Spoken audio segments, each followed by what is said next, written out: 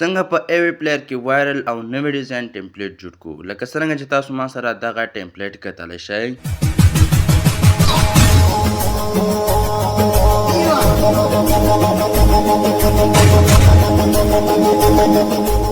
ښه دوستانو څنګه کولی شو چې دغه رقم ته ښایسته وایرل او نوي ډیزاین ټمپلیټ جوړ کړو نو په دغه ویډیو کې درته ټوله طریقه ښیم د ویډیو شیر کولو نه مخکې یوه کوچنۍ غوندې غوښتنه درنه کوم که چېرته زموږ چینل ټیک کومرس سکلز کې نوي یاست زموږ چینل در سره سبسکرایب کړئ او د بیل ایکن تڼۍ در سره کېږئ تر څو هره نوې ویډیو تر تاسو پورې په ټایم در ورسېږي ملګرو ته چې کوم یوزرونه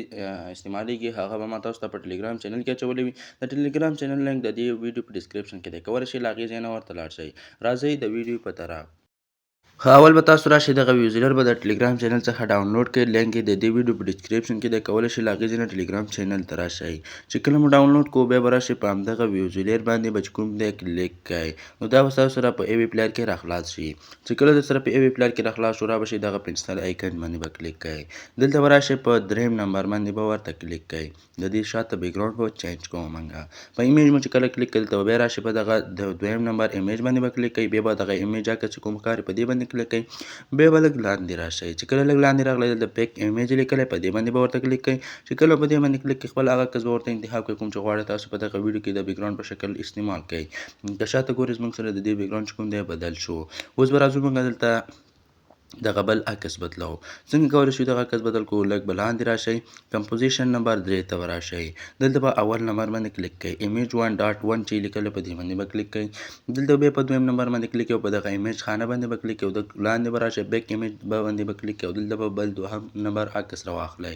چې کله مو دوهم عکس راواخیسته اوس به لاندې راشئ اوس دغه ځای کې چې کوم دی هغه لاندې ځای کې لیکلی دی عطاخان ایډیټ دلته موږ خپل نوم ورته اډ کوو تاسو اول خپل نوم بغیر له بیکګراوند نه جوړ کړئ عکس په شکل چې کله مو جوړ کړئ بیا به راشئ لاندې کمپوزیشن نمبر 12 ته او دلته په ایمیج پی ان جي نیم په دې باندې به کلیک کړئ دا دویم نمبر باندې په دې مو چې کله کلیک کړئ دلته بیا په ایمیج باندې کلیک کړئ دویم نمبر باندې بیا په دغه ایمیج خانه باندې کلیک کړئ د عکس خانه باندې چې کله په دې باندې کلیک کړئ دلته به لږ لاندې راشئ دلته به لیکلی وي پیک ایمیج په دې باندې به کلیک کړئ او هغه نوم چې تاسو کوم جوړ کړی دی هغه به راواخلئ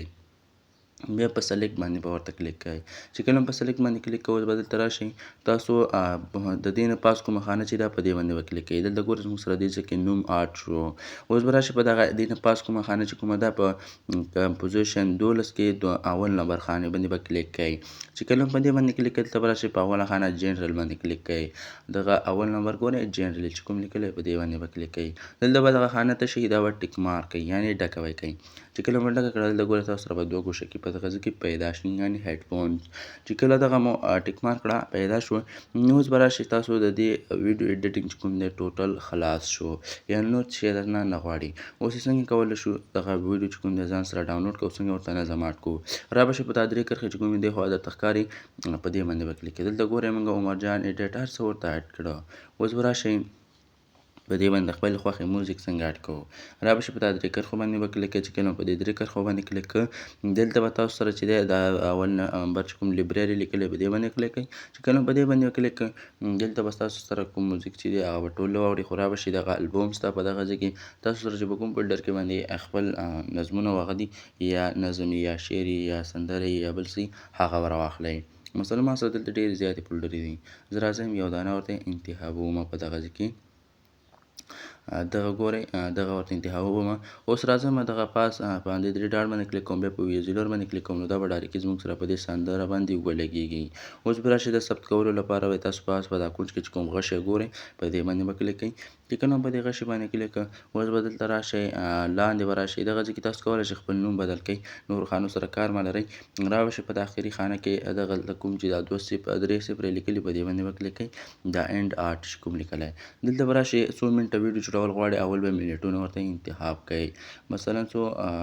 منټه یعنې 10 منټه 20 منټه 15 منټه